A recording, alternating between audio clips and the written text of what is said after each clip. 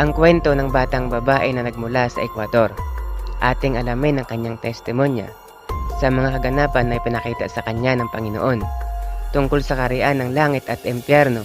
Handa ka na bang unawain at malaman ang istorya sa likod ng matalinghaga niyang testimonya?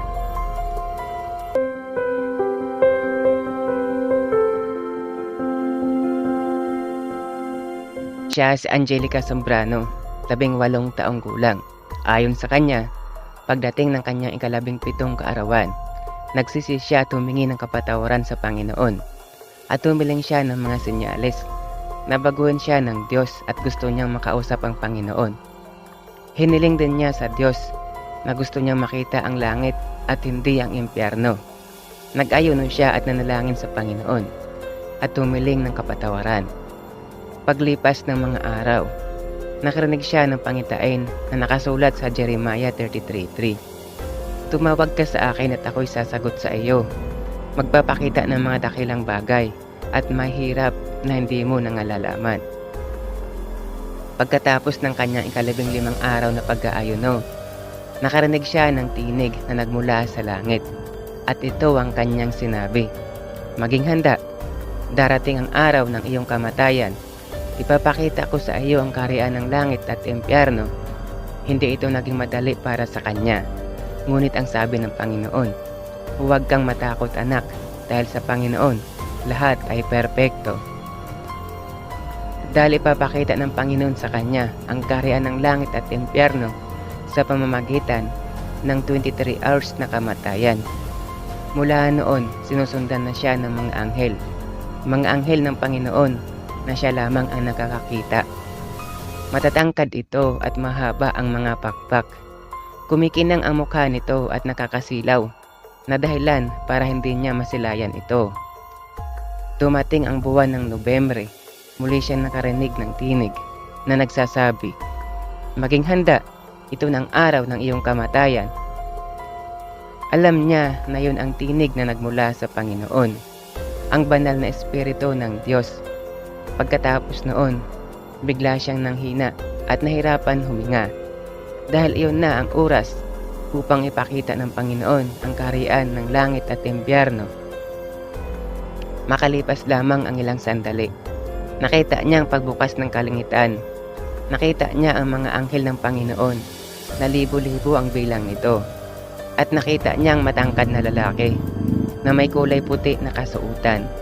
Nakasuot ng gintong sandalyas at gintong pamingkis. May nakasulat, "Hari ng mga hari at Panginoon ng mga Panginoon." Masyadong nakakasilaw ang mukha nito na dahilan na hindi niya masilayan ito. Hinawakan ng kanyang kamay at dinala siya nito sa may malalim na lagusan na sobrang napakainit. Pakiramdam niya masusunog siya sa sobrang init nito.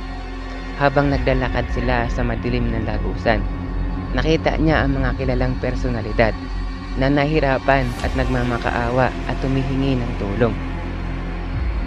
Humihingi ang mga ito ng kapatawaran sa Panginoon.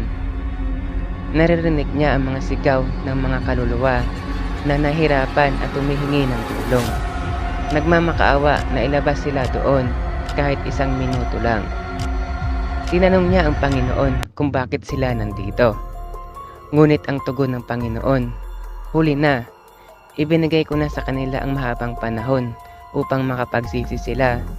Ngunit tinalikuran nila ako. Lumayo sila sa akin at niyakap ang kasamaan."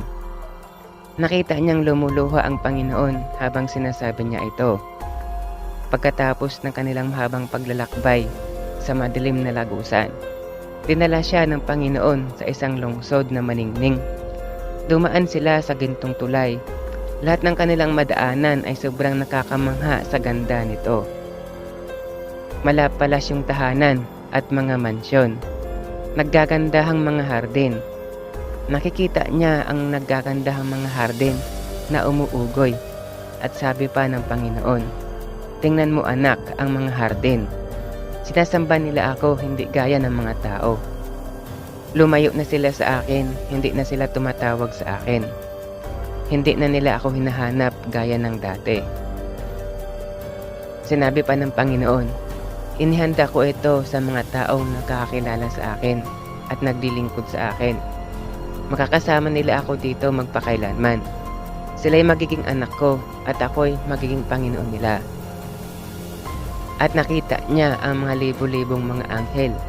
At pagkatapos noon, sinabi ng Panginoon, oras na para ibalik kita sa lupa. Sinabi pa sa kanya ng Panginoon, ang lahat na nakita at narinig mo. Sabihin mo sa sangkatauhan, totoo ang langit at impyerno. Nilikha ko ang impyerno hindi para sa mga tao, kundi para sa mga kampo ng diablo. Sabihin mo ito sa kanila hanggat may oras pa. Hindi pa huli ang lahat para makapagsisi sa mga kasalanan. Tumawag lamang sila sa aking pangalan at ako'y darating. Darating ako, sabi ng Panginoon. Kukunin ko sila sa lupa at isasama ko sila sa aking kaharian. At pagkatapos noon, nagising na siya mula sa 23 hours na kamatayan. Nakaramdam siya ng sobrang panghihina at tumingi siya ng tubig na mainom. Totoo ang langit at impyerno, masama ka man o mabuti, takila ka man o hamak, ikaw ang pipili ng iyong kapalaran. Buhay na walang hanggan o dagat-dagatang apoy, langit o ang impyerno, ang Diyos o ang Diablo. Ikaw, anong masasabi mo sa testimonya na ito ni Angelica Zambrano?